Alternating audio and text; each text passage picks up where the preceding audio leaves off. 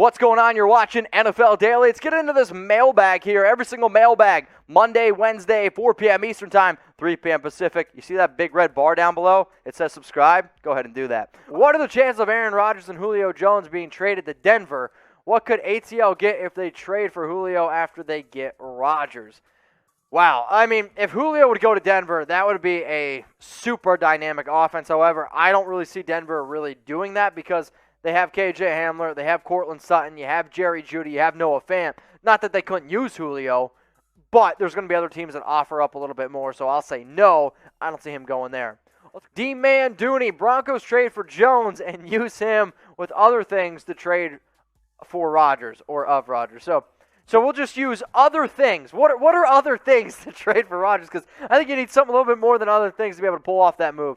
Broncos, Julio, I just don't think it's going to happen. Rodgers, though, yes, a lot more likely. I think I got that right. Appreciate the super.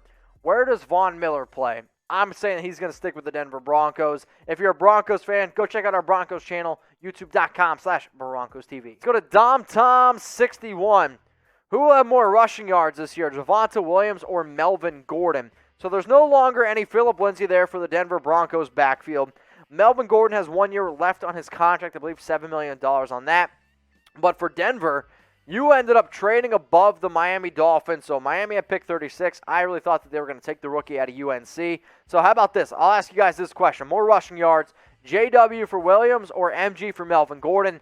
The fact that Denver traded up to pick number 35 to take him, I actually thought was pretty surprising. I knew that they liked him a lot. I knew a lot of teams liked him.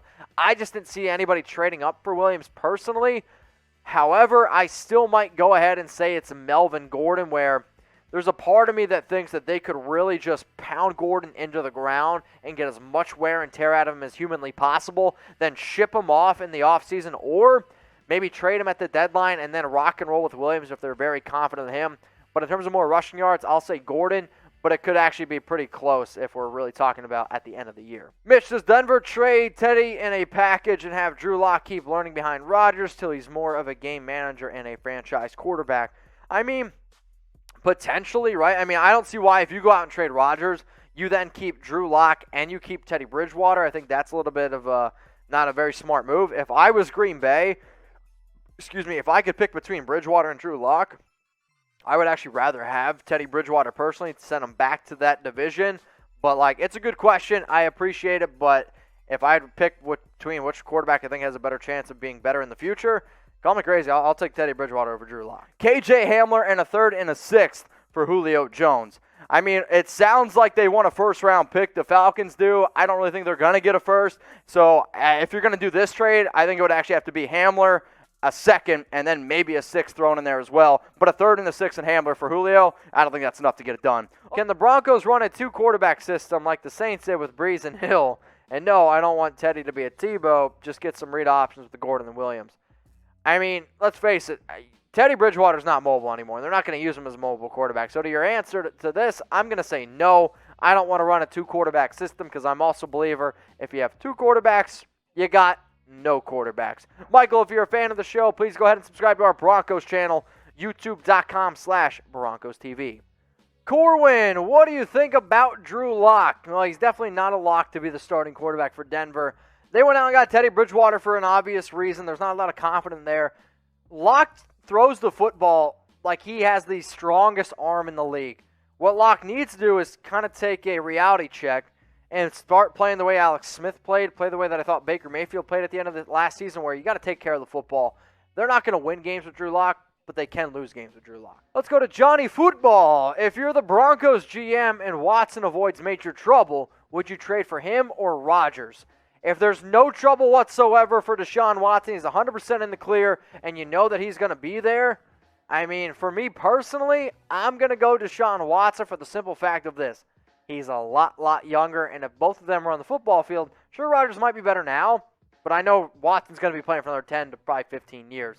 But who do you got? Type DW for Deshaun Watson or type AR for Aaron Rodgers? I get the idea that quarterbacks can play for a lot longer, and maybe since Watson's a little bit more mobile, he can't play as long as Rodgers, but if we're talking about the next 10 to 15 years, I'm going to take Deshaun Watson over Aaron Rodgers. Call me crazy. If you are looking for more free videos around your favorite NFL teams or some breaking news, more live mailbags, hit that big red button that says subscribe and turn on those notifications because I don't want you all to miss anything. We have a lot of fun here on our live shows, and we go live twice a week, and if there's breaking news, we're giving it to you even more. And if you want stuff on the NBA, guess what? We do that too. YouTube.com/ChatSportsTV.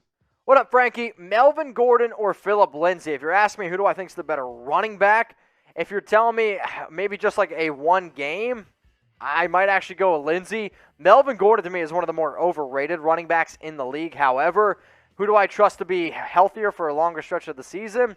It will be Gordon, but it seems like Denver's a little bit more confident than them. Frankie, if you're a Broncos fan, check out our Broncos channel, youtube.com/BroncosTV. What up, Leo? Rank Dak, Watson, Allen, Jackson, and Brady. Again, stay tuned if you're watching this live, but I don't want to give it away. I'll say the worst quarterback on that list, for me personally, it's Dak. Let's go to PM YouTubers. Rank, okay, who you think will have the best career, not as prospects. Jamar Chase, CD, Devonta Smith, Jefferson, Judy, Ruggs, and Jalen Waddle. So if I had to say not as prospects and just like in terms of where they are right now and overall fit, I mean, you almost have to give it to Justin Jefferson after the year that man just had.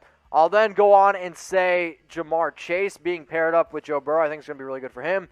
CeeDee Lamb, I'll throw out there. Then I'm going to go with somebody like Jerry Jeudy, Jalen Waddle, and then Henry Ruggs. ACB collects. What do you collect? Which sophomore quarterback has a sophomore slump this year? All right, this is a fun question. In terms of a sophomore slump, I might actually go ahead. I don't want to say the name Joe Burrow, but just because like people might get mad at me for that. I don't think Herbert has a slump. Tua could potentially have a slump, but when I also think of a sophomore slump, it's like he had a great rookie year and then has a bad year. I can't say that Tua had a great year, and I don't think it's Herbert. So if Burrow struggles with a knee injury, I'll go with him, Burrow. I'm gonna go with the Cleveland Browns, and maybe that's kind of the cheap way to go about it, but they were the best offensive line this year. I think they're going to be the best offensive line again this year in terms of people. We always talk about Nick Chubb and Kareem Hunt. I'm not taking anything away from those two running backs. They're great. They're also really freaking good because the offensive line is super impressive. Best wide receiver trio. The best receiver trio in the entire league right now. If you're not going to throw in tight ends, so if we're just going to cancel out the tight end room, I mean, you probably got to go Tampa Bay, right? Like, I hate Antonio Brown, FAB, but, I mean, Chris Godwin, Mike Evans, and Antonio Brown. I mean, that's pretty tough to beat. You can't put in Seattle. They probably have the best two wide receivers in DK and Tyler Lockett. I mean, Arizona's up there now. If you got a healthy A.J. Green, Christian Kirk, DeAndre Hopkins, that deserves some love. But, yeah, I'm probably going to have to go with Tampa Bay. So, that is what it is. Who is the most underrated quarterback right now? The most underrated quarterback in the National Football League right now, I'm going to say Ryan Tannehill, because everything that man has been able to do for that team is really outstanding. And I know a lot of people are like, oh, it's Derrick Henry. Look at Derrick Henry's numbers before and after Ryan Tannehill. He has done so much for that offense. I have him as a top 10 quarterback, and he might not be the biggest reason why they win games, but he's also a big-time reason why they don't lose games. So I'll go out and say Ryan Tannehill. Rams, Niners, Cards, Hawks, NFC West standings in that order this year. So that's, I think, what you're saying is your prediction is going to be. I'm going to go out there, and I am going to say that I actually believe that, yes, it's Matthew Stafford and the Rams. They're going to be the best team in that division simply because of that defense alone. And then I'm going to go with Seattle, then I'm going to go with Arizona, and then I'm going to go with the San Francisco 49ers. But it wouldn't surprise me if three teams ended up making the playoffs. I don't know if all four can finish with an above 500 record, but I do think all four of those teams are at least 8 wins. So, we'll see. Let's go to Rashard Lee. Who gets traded first, Rodgers, Watson, or Julio? If I had to rank all of them, it's going to be Julio first, Rodgers second, Watson third. I would be shocked if anybody trades for Watson just simply because you don't exactly know what's going on with him. Do you guys see the 2022 salary cap news? Supposedly cap ceiling is set to exceed $208 million. Yes, I believe the exact number is $208.2 million, which is definitely a significant upgrade. I believe it's about $28 million more than what you're looking at right now in this year. So you're going to see it's one of the biggest reasons why you saw a lot of one-year contracts this past year, because they knew the salary cap's going to go up. Shout out to the TV deals. If I missed your question, always know that, hey, I'm sorry, we can't get to all of them. My DMs, though, on Instagram are open for a reason. I just crossed 20,000 followers a few weeks ago, and one of the biggest reasons is because I go in my DMs, I answer questions. So if you guys want to talk to me about your favorite NFL team, if you want to ask me the question, because guess what? I couldn't get to it here on the show. Remember, the DMs are open on Instagram. I am at Mitchell Renz 365. So please go ahead, hit me up right now, because what? We got 340 people watching this bad boy. Let me know. Hit me up at Mitchell Renz 365.